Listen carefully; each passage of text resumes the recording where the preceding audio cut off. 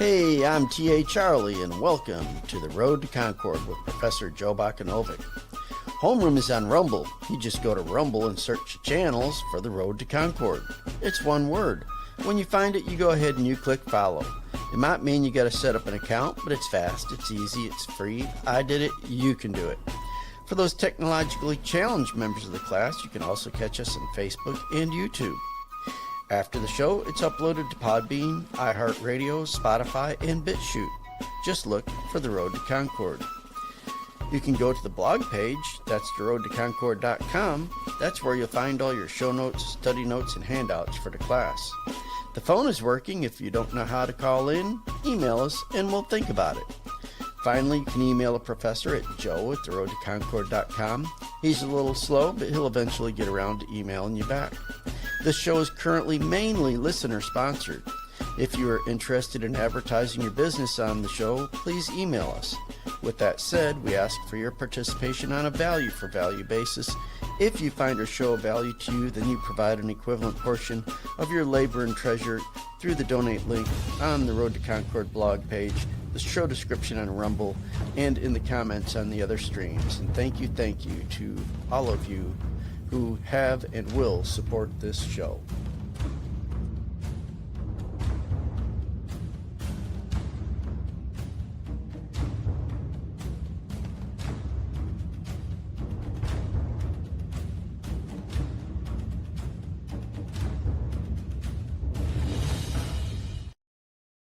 Good morning. Welcome to the Road to Concord. Today is Thursday, February 12th, 2026. I'm your host, Joe Bakanovic.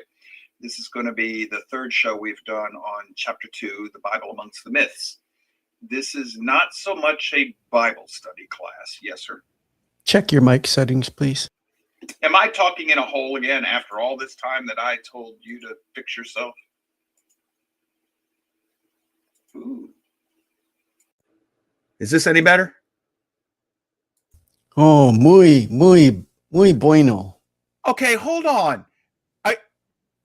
StreamYard did that.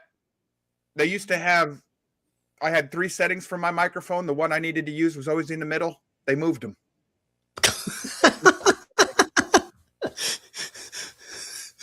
They're improving things. Note to programmers.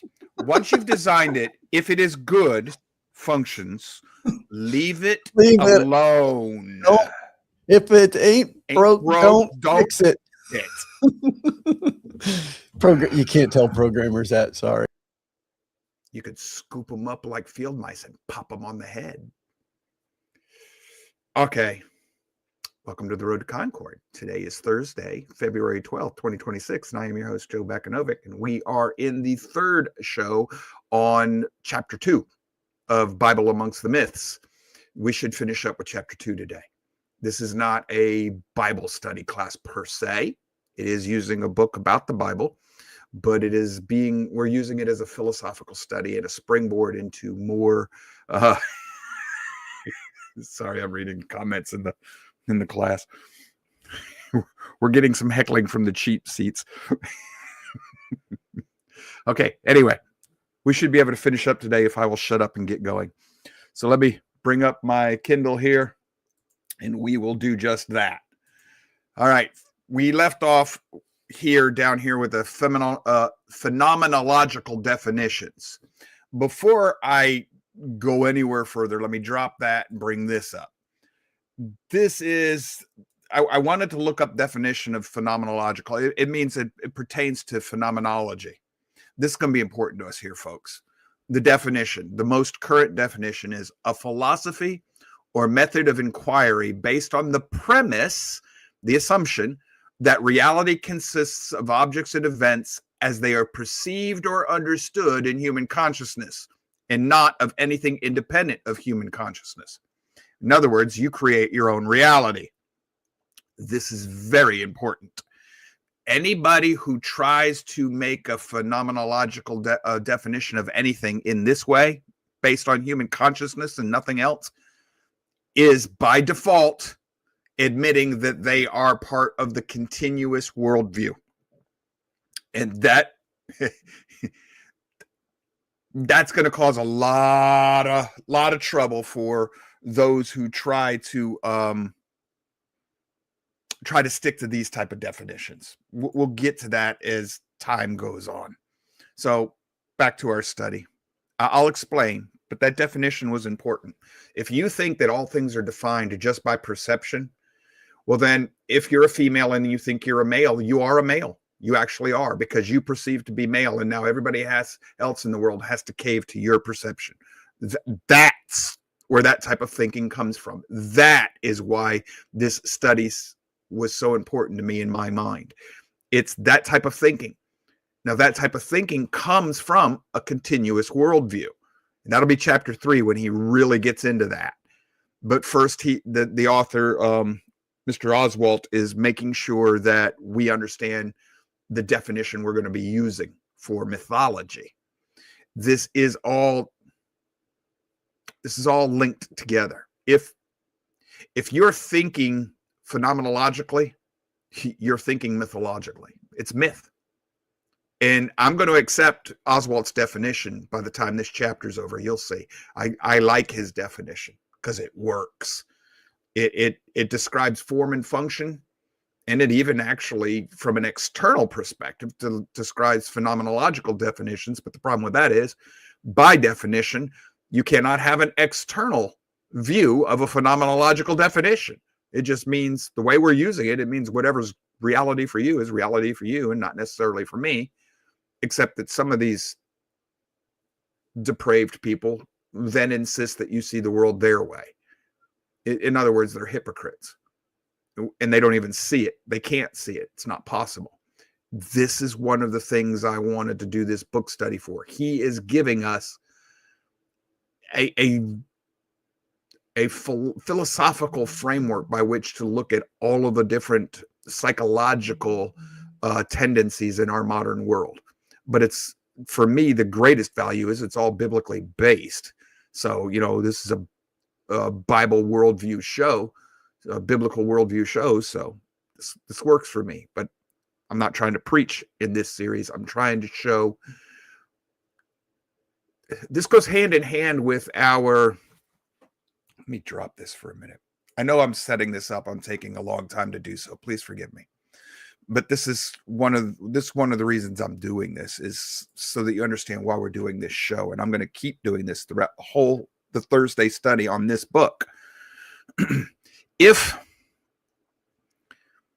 I take a worldview that is biblically based, it comes from the Bible worldview, and I show you in this case, psychological, the study of psychiatry and sociology, sociological. If I could show you, quote unquote, scientific ways of approaching this, the study of humanity and human nature and why we do the things we do, that is biblically based, well, then that meets the criteria for what we're doing on Tuesday's show. We're testing the Bible. So, well, Joe, the Bible's not scientific. You're taking a Bible worldview and applying it to human nature, and it is explaining human nature perfectly, better than modern psychology and psychiatry can. So if I take the modern psychiatry, like Carl Jung and those people, and they can't explain everything you're seeing, but this very simple definition of mythology, biblical-based mythology definition, explains what you're seeing. Okay, if you're a true, quote-unquote, scientist, which explanation are you going to go with? The one that answers everything consistently and coherently, or the one that doesn't? And the reason that modern psychology cannot answer all of our questions and explain all of the observed phenomena is because it is rooted in what Oswalt is going to define as mythos, mythology. It isn't rooted in reality, the true, transcendent, objective reality. It's rooted in the human will, which is finite and fallible, whereas the transcendent is infinite and non-fallible. But that's the difference between whether or not is the Bible part of the mythology. And Oswalt doesn't go into this. The philosopher in me has read his book, and I am running with it all over the place, man. He's trying to stay on the path. I am bunny foo-foo hopping all over the whole daggum field with this, gleefully and happily. So that's what I wanted to do here, is invite you to romp through the field with me. So Oswald says, this narrower definition is what Childs means by what he calls a phenomenological definition. Phenomenological definitions grow out of an attempt to describe the common characteristics of that world literature that, for one reason or another, has been called myth. The ruling word here, rather, is characteristics rather than function or quality. In other words, you're trying to define something without form and function. The weakness of the historical philosophical definitions is at this point, they describe how myth operates in a society, or they make judgments about its relation to truth or falsehood. What they do not do is attempt to describe the phenomenon itself. Such an approach is, at least initially, more descriptive and less analytical. It studies the literatures themselves, looking for common literary features, common types of thought, or common approaches to reality that characterizes them. In other words, it misses the mark. It's not defining, it's describing. And here's one of the problems that I think Oswald should, I'm not going to say it's a problem. Here's something I think he missed. If you're describing its characteristics, that's still part of the form. Well, Joe, what if I just describe its function? What it does, its purpose, and how it operates in society, like Oswald just said. Well, no, that's its function. So the phenomenological, when properly done, form and function will incorporate a phenomenological aspect of defining a thing. It can incorporate this stuff objectively. So what I think's going on here is, for the sake of being sound, tight argument, Oswald is addressing a series of definitions, or a school of definitions he is aware of that are out in the scholarship, just so that he can't be accused of ignoring it. But he's already started to take it apart, telling you here are its main primary weaknesses, and he's correct. But in the sense that it does not describe form or function, then it's not a definition at all, not by definition. If all a definition does is describe something, well, then how are you going to know what you're really dealing with? It's kind of like, well, I can't describe pornography for you, but I know it when I see it. That's a phenomenological definition. Well, that's no definition at all. And that's what Oswald's going to try to help us see, is this definition of mythology doesn't do much for us. He continues, one of the common features of myths is the ascription of personality to nature. Weiser says myth usually arises in the soil of natural religion, in which those processes of nature which are impressive by their regular reoccurrence or their peculiarity are explained by means of personifying them and representing them as the fortunes of the gods. So in other words, the sun is a personified deity. It's got human characteristics, or the moon, or Mother Nature. Mother Nature is literally a phenomenological definition of nature. It's a person. Around the world, cultures have faced the terror of nature. Although we in the modern West have insulated ourselves from this to some extent, it only takes some great natural disaster to remind us, too, of our helplessness. Like it or not, humanity is at the mercy of nature. How shall we deal with that? How shall we gain some measure of control over nature? Here's another aspect of this. The phenomenological definition is it's seeking to control rather than explain. And that's part of what I focused on.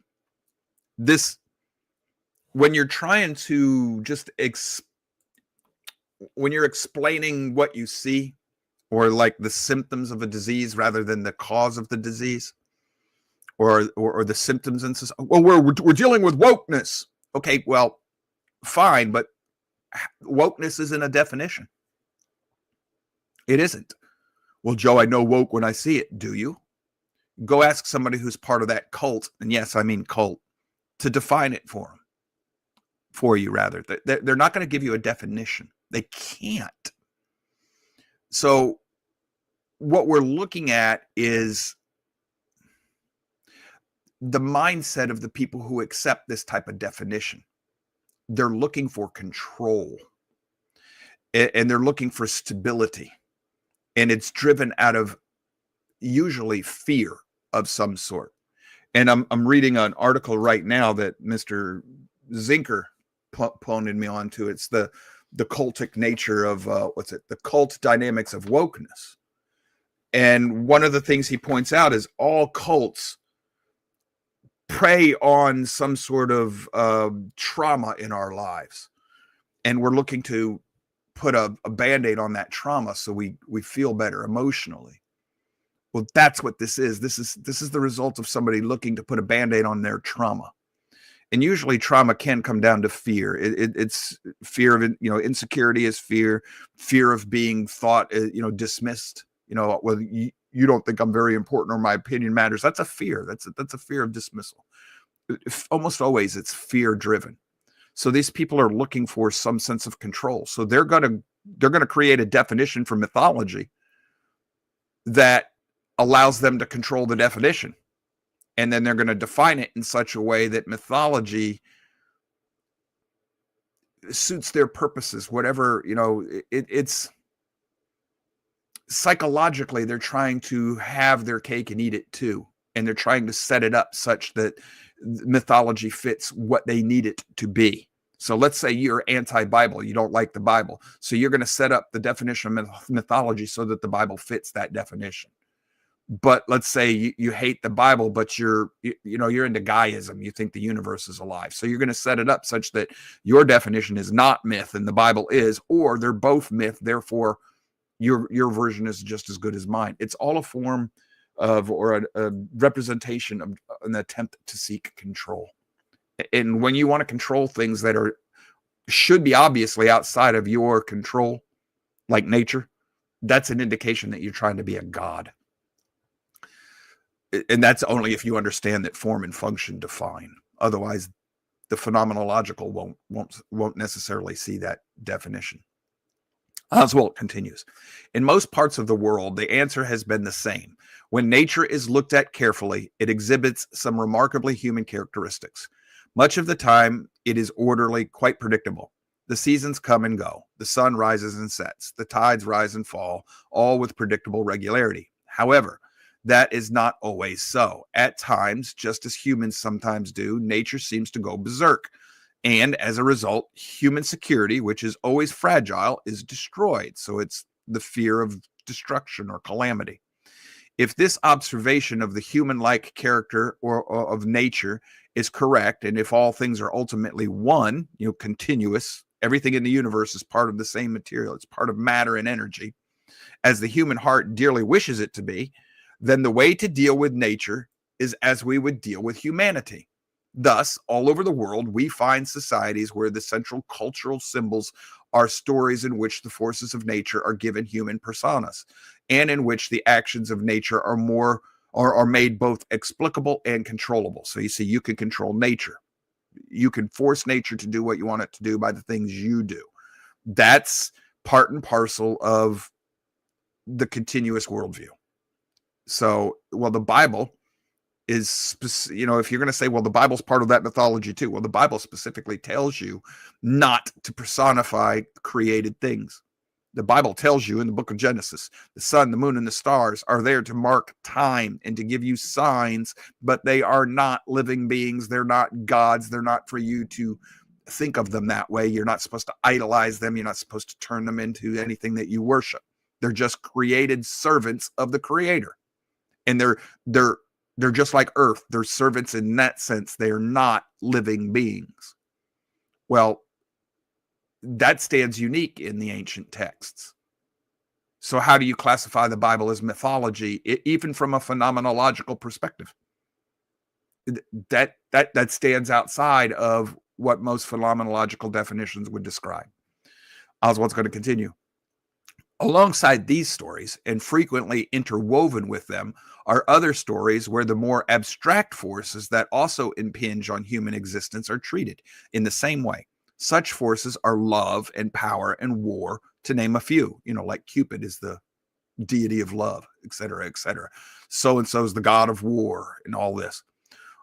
Baal is the god of material gain, so he's the god of economics. Once again, these powers are given human personas, thus making their vagaries susceptible to explanation according to normal human behavior, but also making them susceptible to manipulation and control through the retelling of stories. So you can control them by retelling stories. There's one little thing that I want to make sure I point out real quick. Oswald doesn't mention this. It came to me when I was talking to one of our audience members. This study hopefully will get you to thinking about the nature of the general concept of God, the nature of Yahweh in this case, the transcendent creator. All of these consistent continuity worldview, I'm going to call them what they are, pagan. All of these pagan deities, because they're human-like, they can die. All throughout pagan mythology, you can kill the gods. You cannot kill Yahweh. Yahweh can't die. So again, how do you fit the Bible into a phenomenological definition? You can't. All you can do is deny its assertions without ever testing them. So this is very important. If a God can die, then how do you define God? And this is one of the things we have a problem with. We live in the modern, what we call modern, we live in the 21st century Western world. So we inherited the concept of transcendent gods that can't die. So when we run into a story about a quote unquote God who can die, we are actually thinking demigod, quasi-god, like a Nephilim. Well, he's kind of godlike, but he can die. Like Loki dies, or Thor, or whatever, in the Marvel comics. They're gods, but they can die. The Asgardians die in that show. Well, that's pagan view. That, as we continue, is going to have huge ramifications in how we define the scriptures and how we think of Yahweh, the creator. Back to Oswald. Another definition of the phenomenological sort describes myth as the expression of an attempt to relate the actual to the ideal, the punctual to the continual. As mentioned above, human security is tenuous at best. All of us can conceive of that ideal world where all things go according to plan, where social collapse never occurs, where all our needs are instantly met. In fact, reality is far different. Again, we in America have been able to insulate ourselves from many of the material insecurities that plague the rest of the world. Yet we have not been able to eliminate insecurity. From some points of view, we are more insecure than our forefathers. I'm not going to get into it in depth right here, but what he was just talking about is the ideal to, using that to describe mythology. You're now dealing with Woodrow Wilson in the progressive mindset. So if you remember those classes with Wilson and the essays we read, you'll understand what I'm seeing right now. But that last paragraph set off a whole bunch of Woodrow Wilson fireflies in my head, because the language, it's rhyming with Wilson. Oswald's going to continue. So we can understand the concerns of the ancients. They could conceive of that ideal world that, although not a static one, it was teeming with activity, was yet continually ordered and unchanging, make heaven on earth, which is what the progressives said they were going to do. It was, of course, the world of the gods, a world that the visible one of humans and nature dimly reflected. The problem lay in how to make this earthly reflection cohere more perfectly with the primeval reality, and that is the goal of the progressive mindset. It's also the goal of the communist mindset, to make heaven here on earth. Now, if you're trying to make earth into heaven, now you're claiming the role of a god. if you're trying to make earth more like heaven, recognizing that you're not the one making it happen, you're making it more like the ideal heavenly realm by being obedient, well, now you're in a biblical perspective. And for a lot of folks, it's going to seem like a distinction without a difference. Oh, but there's an entire world of difference. The progressive thinks he's God. The believer in the Bible knows he's not. The progressive thinks he can speak truth into reality. The Bible believer knows that all they can do is accept what the Creator tells them and then try to do what they were asked to do by the Creator. Go live according to these rules. If you do that, it does transform in the world, the physical world, into something that dimly reflects the spiritual, but never perfectly. Whereas the progressive and the communists think that they can somehow perfect mankind. Wilson even said man can perfect himself. The Bible directly contradicts that, refutes that, denies that. Logic denies that. Logic would tell you that a finite, fallible being cannot perfect themselves because perfection is an infinite idea. And if you're flawed, you cannot turn yourself into the unflawed. So these are all the types of things that are exploding in my head as I'm reading Oswald's book. Got a comment on the board from Barbara Stratton. Mythology is universal to all cultures with common elements across all cultures. Pure archetypes are not counter-Bible. Ignoring archetypes does not erase them. The Bible contains the truth and is therefore not myth, but all myth is relative to that truth. Satan counterfeits every element of the Bible, so he uses myths. We are to discern and not throw the baby out with the bathwater. We limit our understanding of the Bible when we ignore archetypes. Yeah, you're a little ahead of the class, but this is one of the reasons, Ms. Stratton, that Oswald's going through all that he goes through in chapter 2. We need to give ourselves an operational definition of mythology before we start looking at the worldviews and where does the Bible fit in and where does it not. And this is also one of the reasons we're doing this class. It'll go hand in hand with our study on Genesis. You will see that the scriptures use the archetypes. They use, and in this case, the imagery of mythology from around the biblical world, the A&E worldview. It uses them, but it turns them on their head. And that's why a lot of the teachings in Genesis, at least the beginning of Genesis, are polemics. It might use the imagery, but it teaches something entirely different from that imagery. And that's the point, is it steps out of the scriptures, step out of the world of mythology. There is, when you study them, there's something different about the Bible compared to all of the other mythos in the world. And Oswald's trying to give us a definition, work out a definition that we can use for the rest of this book, for the rest of his discourse on whether or not the Bible fits the definition of mythology. And he's been using all of the known current contemporary definitions of mythology and trying to see, do they actually work? Will they fit? Do they describe and encompass everything we have to address without being too inclusive, that they bring things into the definition that are clearly not mythology? It's, in a sense, he's defining pornography, because that judge was right. You don't know what it is, you can't define it, but you know it when you see it. Well, that's because pornography, by definition, is relative to the cultural norms. So as a culture's ethics, not morality, not universal morality, but as a culture's ethics slide, so does their concept of pornography. Bad Bunny would have been put in jail if he'd have done what he did 30, 40 years ago. If he'd have done that back in the 1980s, they'd have jailed him. He'd be in jail, and I'm not sure that the network would still exist.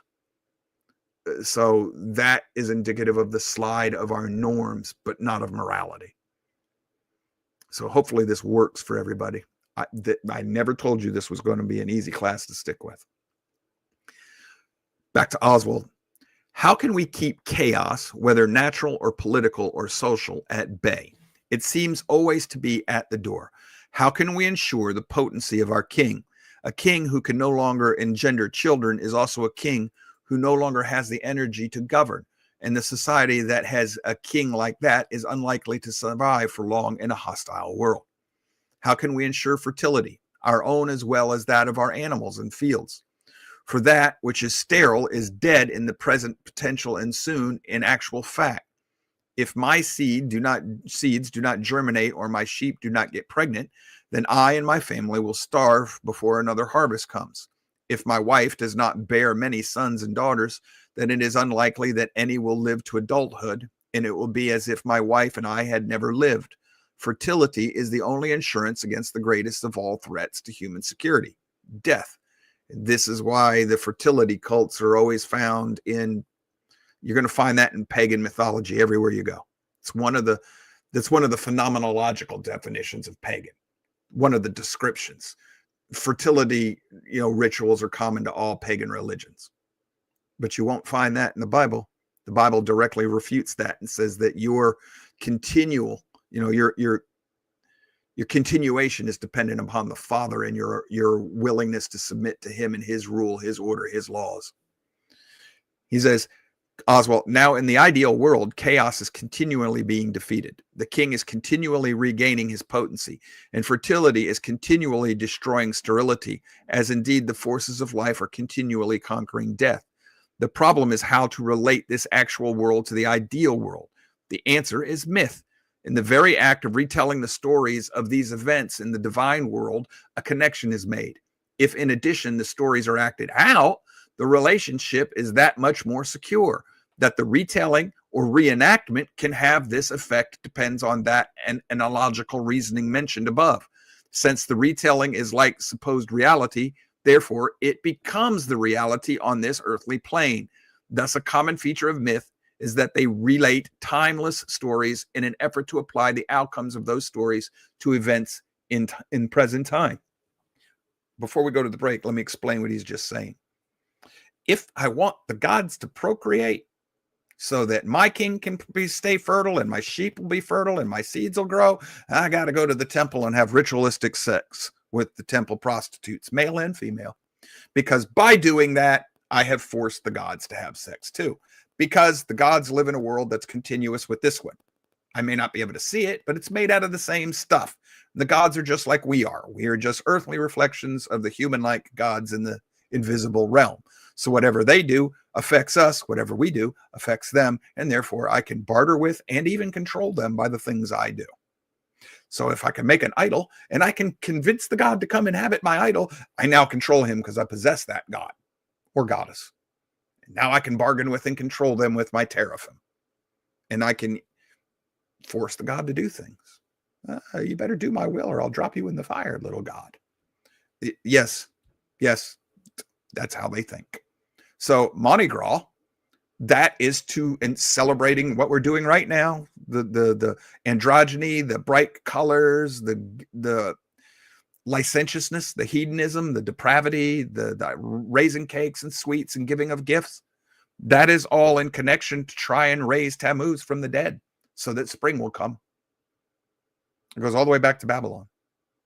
It's the same festival by different trappings. We'll pick up where we left off when we come back. We got a 3-minute break. We'll see you then.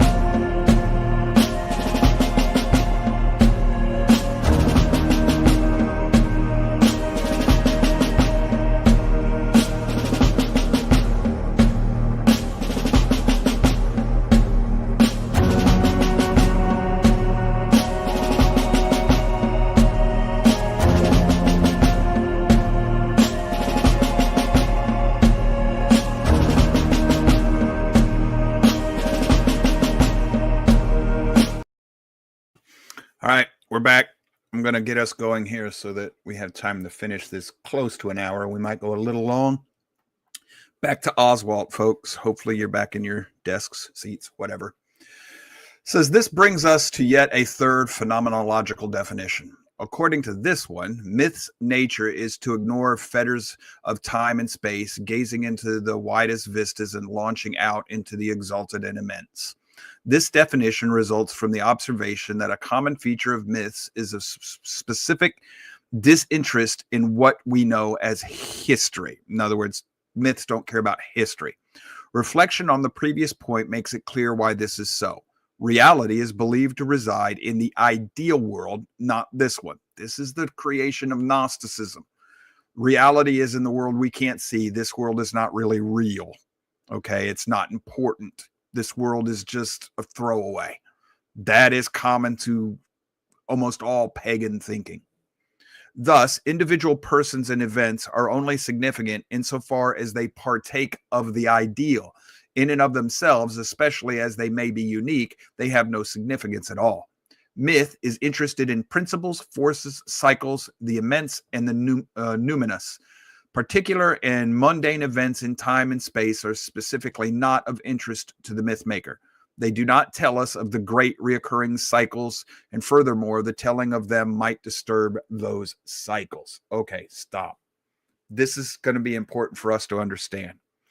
Charlie thinks of time as a cycle, like a sine wave. Okay, so what happens is you have the dips and highs, dips and highs. It's kind of like the Chpt, where you have bust and boom in the economic cycles. But there's a difference.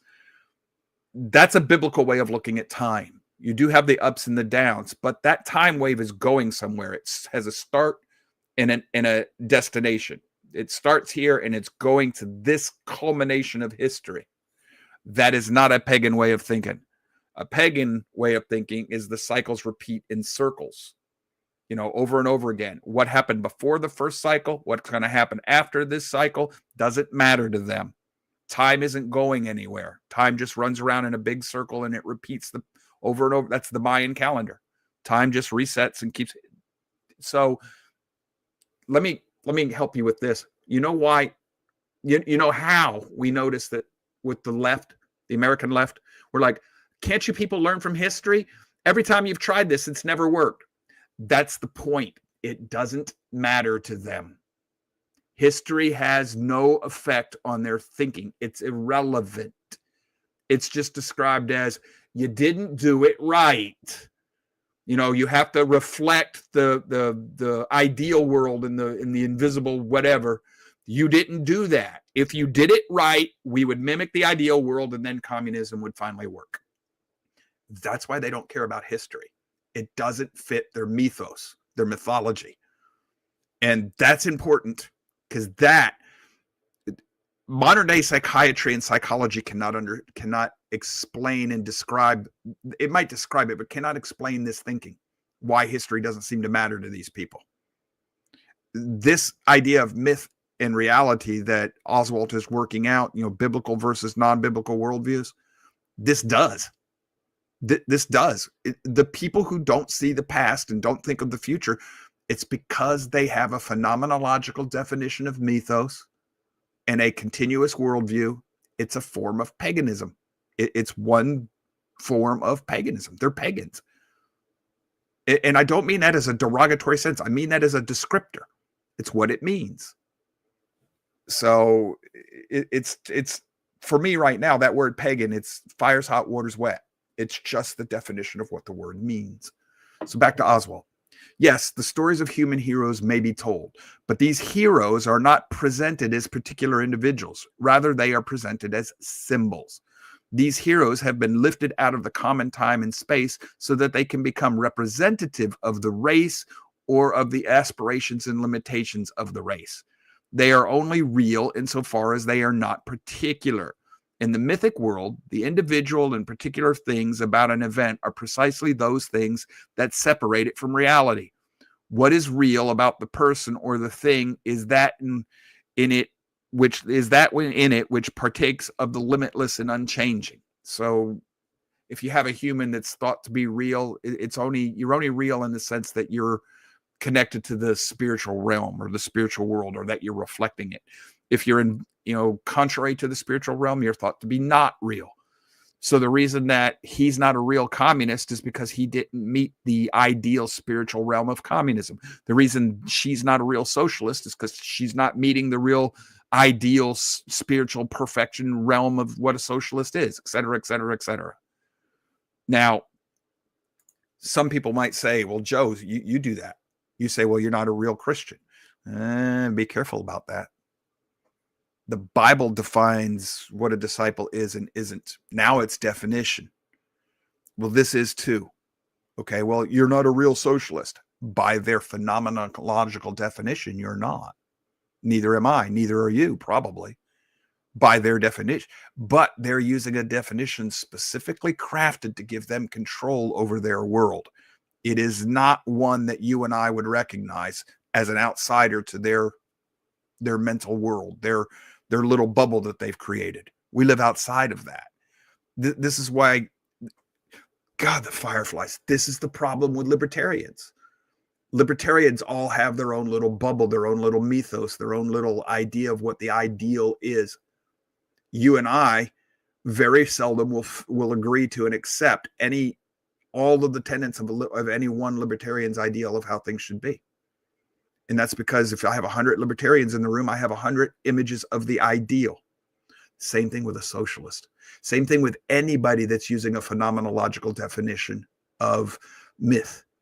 It has been crafted to them and them alone. Now, it might be that we have some rough things that join us. Most libertarians don't want to pay taxes. They don't want to have laws. They're close to anarchists. Close, not total. Some of them are anarchists, but there's some rough things like the woke. All whites are racist, whether they know it or not. They can't ever not be racist, even if they know that they're racist, which they can't do because they're racist. What? Yeah, it comes from that essay I'm reading right now, but it's very true. So if you're part of that woke culture, to some degree or another, that idea binds you, but you have a different personal image of what that is. Well, that's counter to the scriptural idea of what it is. Yes, we can have some differences because we're different parts of the body in the Bible, but if the Yahweh is not God and Yeshua is not Messiah, and if he didn't cover your sins with his atoning death and resurrection, well, you're not a disciple. If you're and the Messiah said, if you're not doing what I teach you to do, then you're not my disciple. If you're not my disciple, you're not the Father's child, because I only teach you to do what the Father told me to teach you. Ergo, if you're not doing what he teaches you to do, not the apostles, him, then you're not his. And if you're not his, you're not technically a Christian. So when I say that, I'm not trying to make you conform to a phenomenological definition of Christianity. I'm going to the objective definition of what it is, the definition that's in the scriptures.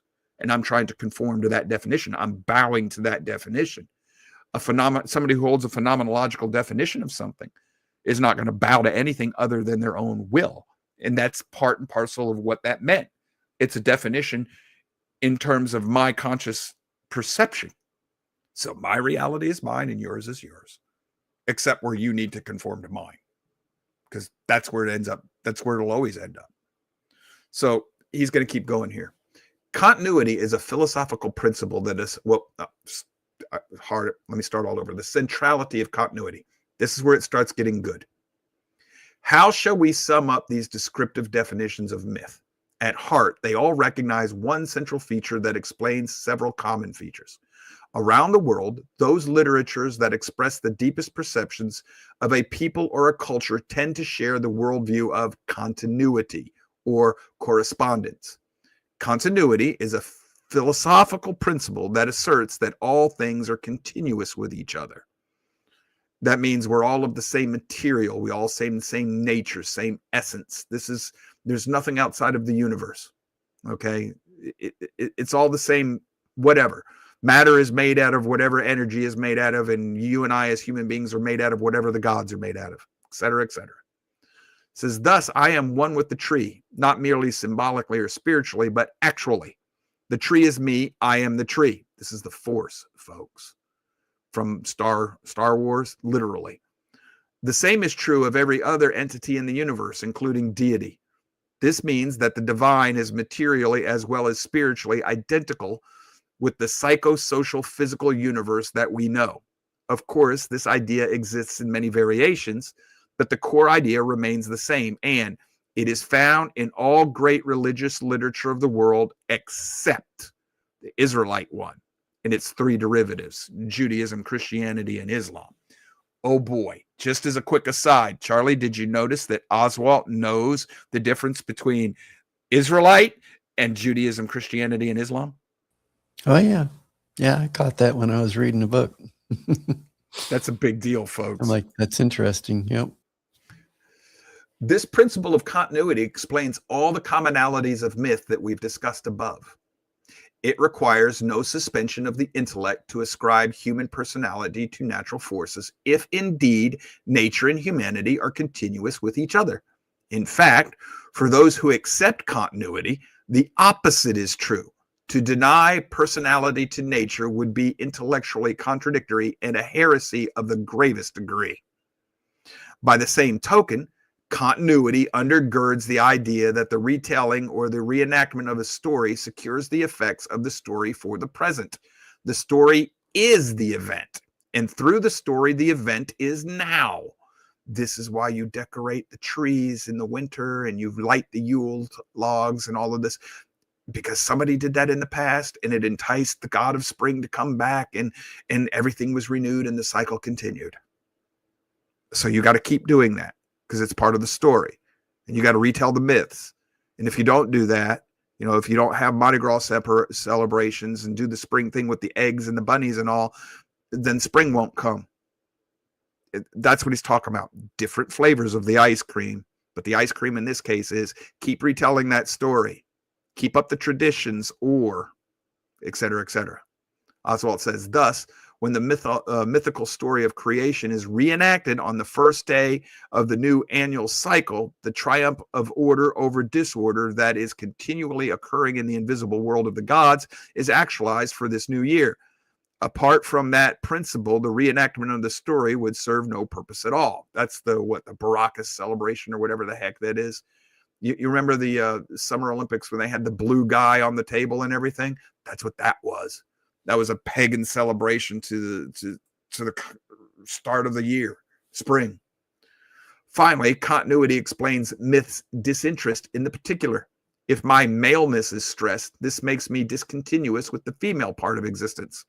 If my blue eyes are stressed, this makes me discontinuous with the brown-eyed part of existence, and so forth. But to the extent that I am discontinuous with existence, I do not exist. This is why the leftist mindset does not see the individual. If you are not part of the collective, you do not exist. That is a direct contradiction to biblical teaching. The Bible teaches the individual.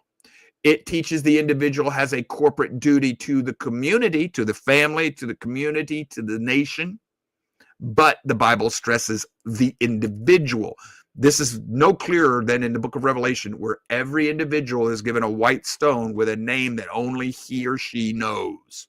That, folks, is individuality. This puts the Bible in direct contradiction to continuity thinking. Oswald continues, therefore, it is what I share in common with all that is truly significant about me. And the highest end of existence is that all its particular expressions might one day lose their particularities and be absorbed back into the all. This is, I don't know if you're aware of it. I don't know if Mr. Holt's listening today, but this is rhyming with modern quantum physics religions, where we're just data written on the inside of a black hole, and when you die, you get absorbed into the rest of the universe because you're all one with it. Quantum physics has led a group of people into a new pseudo-paganism. The rebellious ones are now thinking they can explain reality in those terms, but it misses a lot of things that are observable fact, and that's what separates them from those who have a transcendent view of the world. That group of scientists keeps running into what's called intelligent design. Back to Oswald. Kaufman takes this one step further when he points out that the basis of this continuity or correspondence is what he calls the meta-divine, the shapeless, nameless power that inhabits the cosmos and is the basis of all things. This is Greek logos, not John 1:1 logos. That's Greek logos, the thinking universe. It is this power that conditions the actions of the gods, and it is the power that the worshiper attempts to manipulate to control the gods, as they attempt to manipulate it to control one another. So he says, this is the great symbol of paganism's fundamental idea, the existence of a realm of power to which the gods themselves are subject. That's because the fallen angels are subject to the powers of the heavenly realms, but Yahweh is not. He's outside of that. This is also witchcraft, folks. This is astrology or whatever, where, this is the zodiac and everything. That's what this is. You're trying to harness the powers of this magical realm, this mythical, ethical, magic realm. What then is myth? How shall we define it? First of all, it is not a question of whether it is true or false, or whether those who tell it think it is true or false. None of these value judgments describe the common characteristics of the thing itself. Furthermore, while functional definitions help by showing how the thing is used, such definitions must be explicit or they run the risk of confusing different things. A hammer and a hatchet may both be used to pound a nail, but that does not mean they are the same thing. This is going to be at why I said Miss Stratton was ahead of the class. This is it. This is the core of what I believe she was getting at. These kinds of confusions are rampant today when the Bible is compared to ancient myth. It is all too easy to say that the Bible is myth because its adherents considered it true, or because it provides the central set of images and symbols for the Jewish and Christian religions, or because it ascribes to the divine the result of natural causation. Certainly, the Bible does the first two, and if it is correctly understood, it does the latter as well. But that does not mean it is myth. An elephant is not a table because it has 4 legs. The reason these equations between the two types of literature can be made is that they rest on definitions that fail to deal seriously with the characteristic thought patterns of the two. They're not definitions that don't describe the form or the function. In fact, as the phenomenological definitions intimate, myth is best characterized by its common understanding of and approach to the world. Above everything else, this approach involves continuity. Myth depends for its whole rationale on the idea that all things in the cosmos are continuous with each other. Furthermore, myth exists to actualize that continuity, make it real, bring it into existence in the material world. Thus, mythical descriptions of the gods invariably depict them as human in every respect, only more so. They are strong, they are weak, they are good, they are bad, they are trustworthy, they are fickle. All that humanity is, the gods are. And how could it be otherwise in a cosmos of continuity? How can a God that exists in a world with good and evil, how could there not be good and evil amongst the gods? How could there not be treachery amongst the gods in a world that has these things? But if you have a transcendent creator, well, then he's outside of that. He's not affected by that, the creation that he just made. And then you're going to say, well, he created evil then. No, he didn't. He gave his moral agents free will. They created evil, not him. This continues. What then is myth? This is Child's phenomenological definition. Myth is a form by which the existing structure of reality is understood and maintained. In other words, you can actually form reality. That's how you do it. You create. This sound like anything today? You create your own reality by how you think or how you feel? Okay. It concerns itself with showing how an action of a deity conceived of as occurring in the primeval age determines a phase of contemporary world order. Existing world order is maintained through the actualization of the myth in that cult. Well, Joe, the atheist thinks the Big Bang came in and that's got nothing to do with gods. Oh, yes, it does. The primordial quantum flux becomes their god. It's just a different form. Different taste of ice cream. Oswald continues. Thus, myth is a form of expression, whether literary or oral, whereby the continuities among the human, natural, and divine realms are expressed and actualized. Actualized means you actually bring them into reality, bring them down here to earth. By reinforcing these continuities, it seeks to ensure the orderly functioning of both nature and human society. In other words, man by retelling these stories and reenacting them, takes over the role of the gods. Man can become his own god. So if you eat of that tree, you'll know everything God knows, so therefore you can become a god. That's what that's all about. It says, by reinforcing these continuities, it seeks to ensure the orderly functioning of both nature and human society. If this definition is accepted, then it must be abundantly clear that whatever the Bible is, it is no myth. It is not a question of the Bible being true and myth being false, or vice versa. Nor is it a question of the Bible's using historical symbols while the myths use natural symbols. The fact is that the Bible has completely different understanding of existence and the relationship among the realms. As a result, it functions entirely differently. Its telling does not actualize continuous divine reality out of the real invisible world into the visible reflection of that reality. Rather, it is a rehearsal of the non-repeatable acts of God in identifiable time and space in concert with human beings. It's a memorial, or it's a getting ready for what's coming in the future. It's the audience's participation in the play, even though they don't even know what the script of the play is. But that is very different from what he just described from myth. It just takes the person who's caught up in mythological thinking a while to break out of their thinking and understand how the Bible is different. And a lot of people will never do that. Oswald says, nothing could be farther from the purpose of myth. Whatever the Bible is, whether true or false, symbol or literal, it is not myth. In the next chapter, we will explore the concept of continuity further and show how the biblical concept of reality differ radically from that of myth. All right, drop that down, turn this off.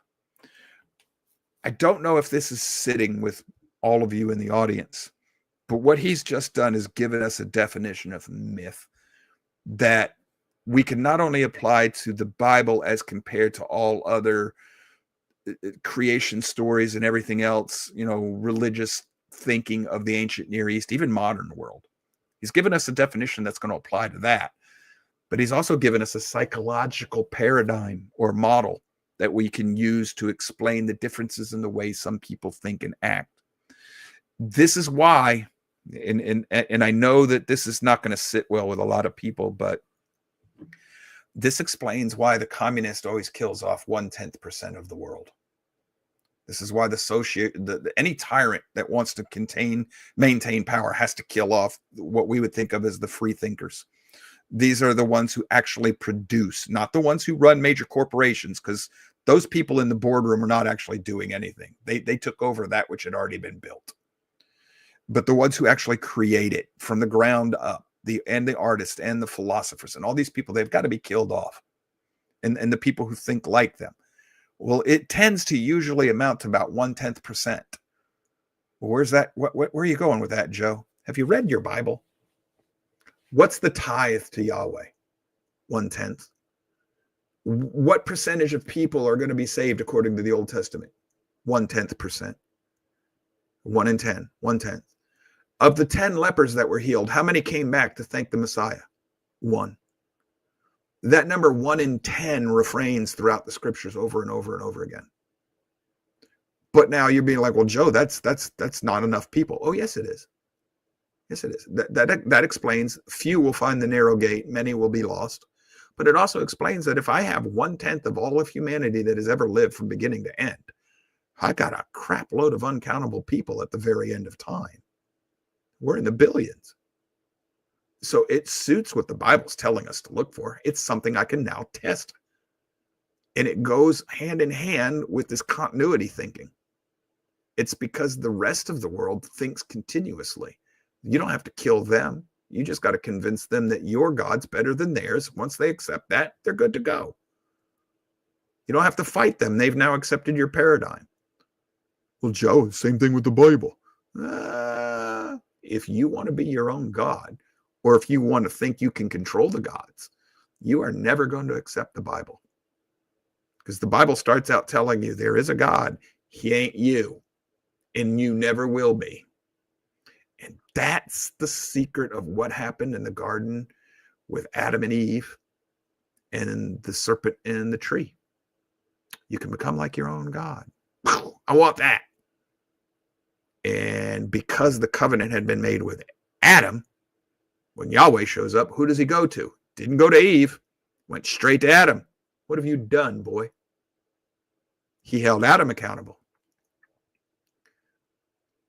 Paganism wouldn't be able to explain that, because that is that's morality over ethics. And I reject the idea that morality and ethics are the same. I reject that. Morality and ethics is at the heart of what Ms. Stratton was talking about earlier, where good has become evil and evil has become good. If ethics and morality are the same, then what Bad Bunny did at the on the halftime show of the Super Bowl, that's moral. That's a good thing. We can't complain. That's what's ethically acceptable now. You have to get in line, or you're the one that's immoral. I reject the idea that what that guy did, and if you haven't read the translation of the Spanish lyrics, be careful. They're rated X. They're vulgar. They should have got him arrested, literally. But okay, whatever, because that's lewd and lascivious act in public. It should have got him arrested there for what he was doing. There are actually laws on the books against that. Oh, that's right. If we change our sense of morality, then the laws of lewd and lascivious change with it. And then the law changes without ever having to change the text. How progressive of us. We are now dealing with a living law or a living constitution. That is very pagan, very mythological. That is not scriptural, where the scripture says right and wrong are chiseled in stone, the stone that existed before the fabric of the universe, and they will exist even after the universe is over. They have nothing to do with this universe. So how do you reconcile those two claims? That there is a transcendent, eternal right and wrong that applies to all moral agents. It's outside of time and space. And that, well, if society says it's right, that's moral. Well, those are not the two same definitions of moral. So I can't use the same word, or I have to continuously tell you that that's not what I mean by moral. I use moral for the universal, capital T, truth, the universal law. I use ethics for man's perversion of that capital T, truth, universal moral law. And that's going to be one of the primary differences that separates myth from the Bible. Continuous worldview from transcendent. And there are only two worldviews. By definition, there can only be two. Either transcendent or continuous. There's nothing in the middle. And if you understand the definitions of transcendent and the definition of continuous, you know that there can be nothing in the middle. They're mutually exclusive meanings. So you are either going to be from above, which is going to require constant effort your whole life, or you're from below, which is easy. That just feels good. Do it. Charlie? But Bad Bunny, he sang in Spanish, I believe. I didn't watch it, so I don't know. All but one line I didn't see it. I've just read. Apparently, one line of English. Yeah. And so, it's okay. He can say whatever he wants in Spanish because, we gringos wouldn't understand it. So. They should have sent a Marine with the universal Spanish to English translator out onto the field. Yeah. It would have worked. Puppies. Yeah. Puppies. That's chief. So anything to add? I know you've read the book. Is this making sense? Yeah. This is, I like the way he lays all this out, and boy, it'll get even better as we keep going along. Yes, the next chapter gets really good. Well, if you like me, if any of you are having trouble with the way I stop and chase my rabbits all the time, that was the whole purpose of this show. I wanted to share the rabbits with you. Yeah. Because as I read this book, the rabbits were taken off by the flockload. Flockload, yeah. Joe. That's birds. That's got nothing to do with rabbits. So trust me, man, my rabbits were flying. They had wings. They had Red Bull. They had Red Bull. Red Bull. I had a bunch of rabbits with Mr. Rabbits that had drank Red Bull. So they were, and hopefully And Red Bull, if Hopefully you're we'll out there, we will take your money as a sponsor if you are interested. hopefully what I'm doing is making sense to y'all. See, now he says hi to the chat. I can't say hi to the chat while I'm reading and talking to you. I used to be able to do things like that. Like Mr. Zinker said, I have to admit to you that I'm human. Dang it, man. But I can't do that anymore. Yeah. So there was a time, and trust me, if you ask BB, she'll tell you I'm not dealing well with this degradation of my capabilities. Yeah, I'm getting old too. Yeah, it's frustrating. So, all right. Well, that's all I had for today. Next week, start chapter 3. We'll see how far we get. Tomorrow, oh, I can't wait. Chapter 2 of The Scepter and the Birthright. Yeehaw! And trust me, this is going to go hand in hand. Everything we're doing now, Tuesday through Friday, for the foreseeable future, it is all interconnected and mutually supportive. So I'm sorry, I'm not going to share Miss Stratton's comment there. That'll get me derailed. We're trying to get out of here. Yes, Chief might have actually seen the bunnies. If you're not, just a quick one before I get out of here. Sadie, our little black female, she's our middle one. She's 5, I think. 3, 4. Yeah, she's 5. She's a killer. And I mean, she's stone cold killer. She, as of yesterday, she had a good day yesterday. She now has, that we know of, because Chief eats them when she digs them up, but that we know of, she has brought us 10 moles now since we moved here 7 years, 8 years ago. She's good for at least one mole that I see every year. So she's killed 10 moles. And yesterday she also got a rabbit, her second rabbit. So she got a mole and a rabbit yesterday. She was proud of herself. So yes, we have rabbits that get into the backyard, and I don't know why they would get into the backyard with those 3 miniature schnauzers back there. That's the stupidest thing in the world. The squirrel has learned that you must stay 5 feet off the ground or higher to survive. And he now jumps from tree to tree to get in and out of the fence line. So he doesn't get on the ground at all anymore. But anyhow, that was the fun at the house yesterday. So we thank you for being here. We love each and every one of you. We hope we're enriching your life and helping you to think better and think deeper, and then to also think scripturally at the same time. That's all I'm asking you to do. If you like what we're doing, I know this may not be the page you want to share, but you might actually have some friends out there like, Acquired Taste that might actually enjoy this, in which case, send it to them. But definitely the other shows, if you like what we're doing, share it, hit the like buttons, please. That we're using the like button as a witness, tell other people, yeah, you do find value in it. And then other than that, we'll see you when we see you. Tomorrow, Scepter and the Birthright. Monday, I got another Manic Monday for you. Stories are already in the holding bin. So we'll see you the next time we see you. Y'all take care. Stay safe. Bye-bye.